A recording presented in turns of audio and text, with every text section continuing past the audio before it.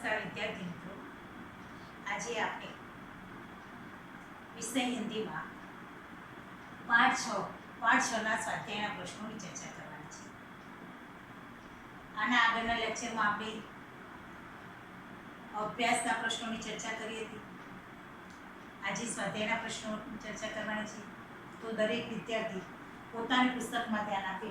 પુસ્તકમાં અહીંયા પાના નંબર 40 ઉપર જોઈ શકો છો।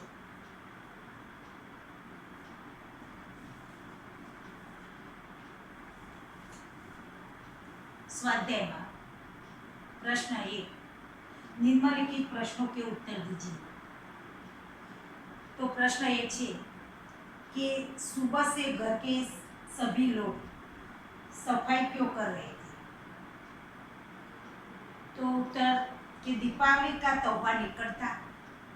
त्यौहार के पहले ही सब घरों की साफ सफाई करते हैं, इसीलिए सुबह में घर के सभी लोग सफाई में लग गए थे। बराबर, आ रीते आपने जवाब आपी शकीए। रेशमा को घर की सफाई में क्यों नहीं लगाया गया था? तो रेशमा जब 5 वर्ष की थी तब उसे पोलियो हो गई थी। पोलियो के कारण उसके 2 पैर बेजान हो गए थे।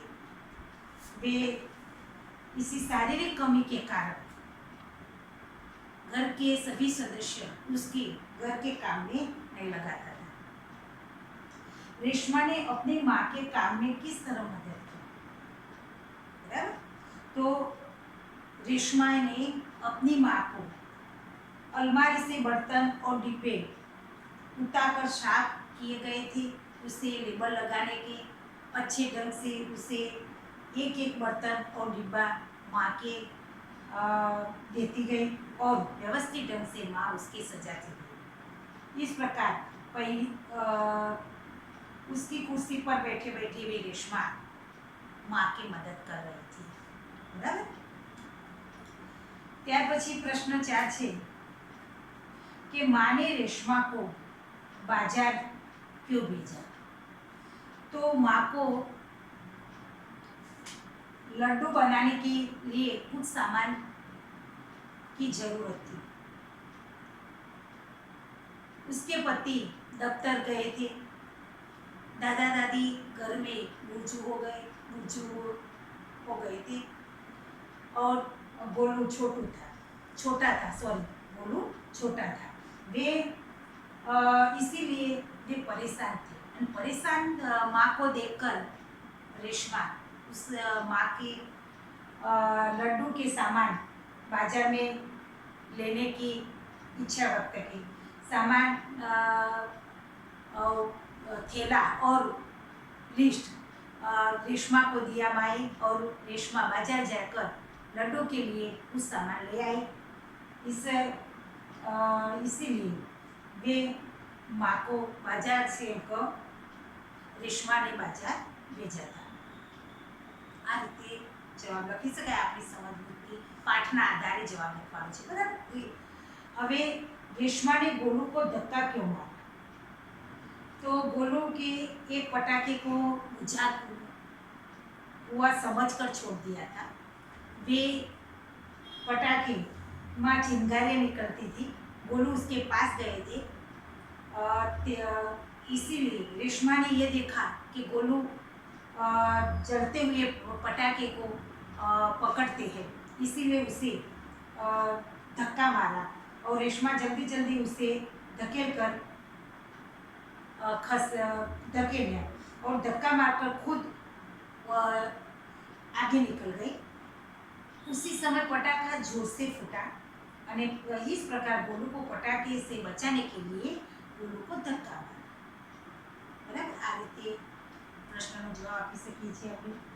त्यार पछी प्रश्न 2 में कि रेशमा की जिंदा दिली विषय पर संक्षिप्त में तो रेशमाना पाठना आधारे एना जे विचारो छे, एना जे जीवन जीववामां जे जिंदा दिलीमां जे दृढ़ता छे एना विषे लखवानुं छे। बराबर, तो ये प्रश्न तमे लखी शको छो कि पोलियो के कारण रेशमा के पैर निकम्मे हो गए थे, लेकिन इस शारीरिक कमी को उसके मन में कोई असर नहीं थी। अपने सारे काम स्वयं करती थी।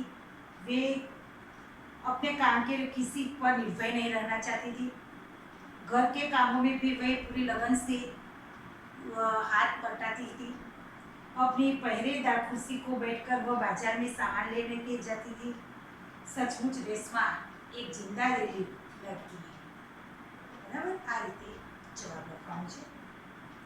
ત્યાર પછી અહીંયા પ્રશ્ન 3 છે કે નીચે दी गई घटनाओं को कहानी के क्रम में लिखिए। અહીંયા જે વાક્યો આપ્યા છે ઘટનાના એ એક વાક્યો પાઠના આધારે એને ક્રમમાં ગોઠવવાના છે। બરાબર, તો અહીંયા જે 6 વાક્યો આપ્યા છે ઉલટા સુલટા कि सबने रेशमा की पीठ थपथपाई, रेशमा ने गोलू को जोर से धक्का मारा, रेशमा बाजार से सामान लाई, रेशमा का घर दियो से झिलमिल प्रकाश से जगमगाने लगा, गोलू अपने दोस्तों के साथ पटाखे छुड़ाने में मस्त था, माँ ने रेशमा से कहा कहीं चोट तो नहीं लगी।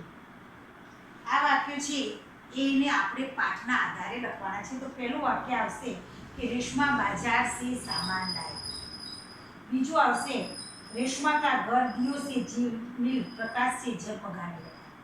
त्यार पछी तीजा क्रम में गोलू अपने दोस्तों के साथ पटाखे छुड़ाने में मस्त था। त्यार पछी चौथा में रेशमा ने गोलू को जोर से धक्का मारा। बराबर, त्यार पछी माँ ने रेशमा से कहा कि कहीं चोट तो नहीं लगी। અને છેલ્લે सबने रेशमा की पीठ थपथपाई।